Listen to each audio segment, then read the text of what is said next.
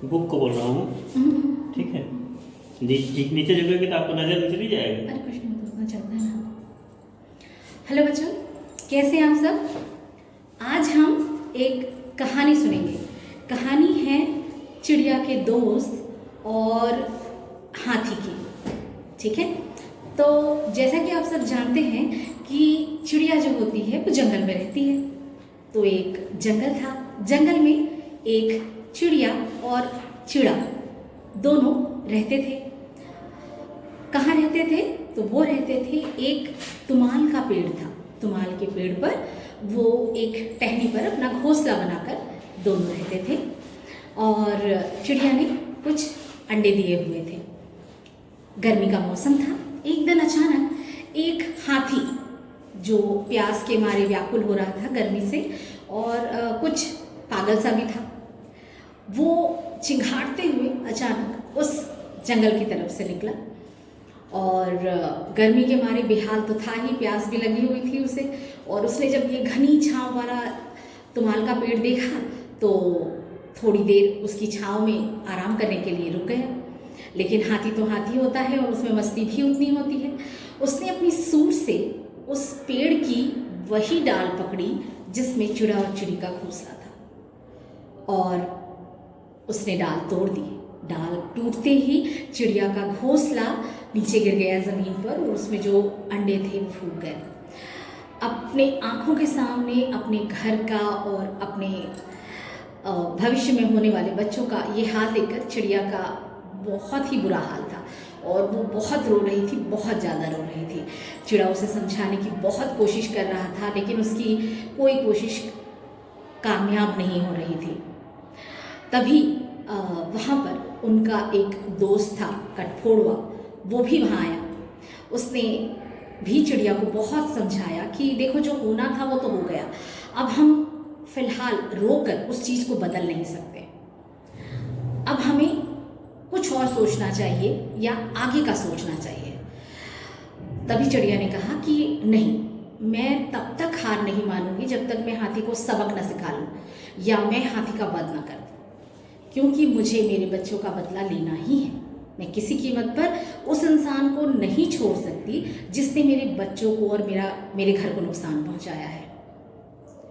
कठफोड़वा ने कहा कि यदि तुम ऐसा चाहती हो तो मेरी एक मित्र है मक्खी, हम उसके पास चलते हैं और वो ज़रूर हमारी सहायता करेगी।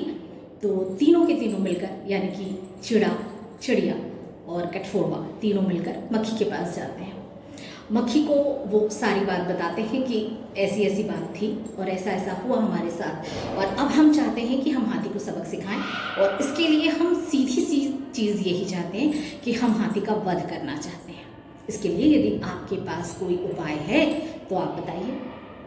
मक्खी ने कहा, मेरे पास उपाय तो है, किंतु इसमें हमें मेरे एक दोस्त मेढक की भी मदद लेनी पड़ेगी।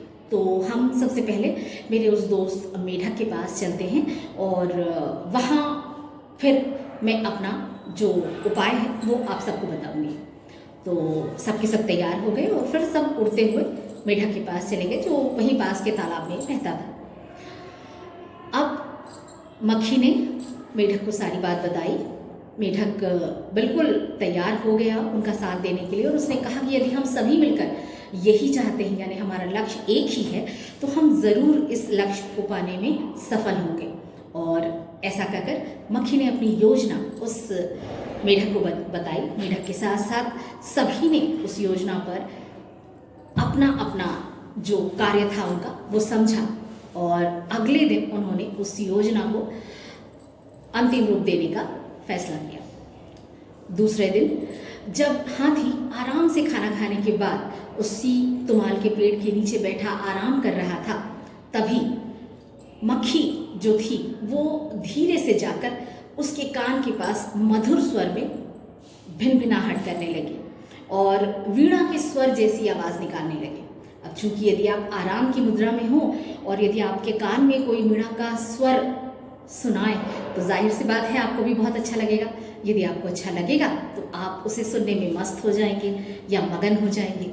और मगन होने का सबसे अच्छा तरीका होता है कि हम आंख बंद करके उसमें उस धुन में गुम हो जाते हैं या सुनने लगते हैं उसे।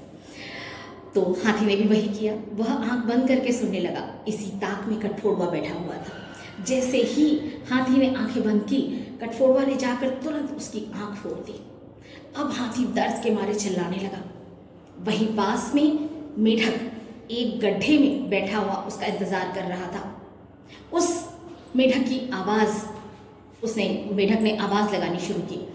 हाथी ने मेढक की आवाज़ सुनकर उसे ऐसा लगा कि शायद पास ही में कहीं जलाशय है या तालाब है। हाथी उसी आवाज़ की ओर चलने लगा। जैसे ही हाथी उस दर्द में कराहता हुआ, चिंघाड़ता हुआ उस आवाज़ की ओर चलने लगा, थोड़ी दूर जाने पर ही वो एक बहुत ही भयानक गड्ढे में गिर गया, जहाँ पर मेढक उसके बगल में ही, उस गड्ढे के बगल में ही जहाँ पर मेढक अपनी आवाज़ निकाल रहा था। और इस तरीके से इन चारों ने मिलकर हाथी को उसके किए की सज़ा दी। तो इस तरीके से ये कहानी ख़त्म होती है। आशा है आपको ये कहानी पसंद आई होगी। तो आप भी यदि अपना कोई काम करना चाहते हैं, तो यदि आप मिलजुल कर काम करेंगे तो आपकी योजना भी ज़रूर सफल होगी। आगे ऐसी ही और बहुत सारी कहानियों के साथ मैं फिर से आऊँगी। तब तक के लिए बाय।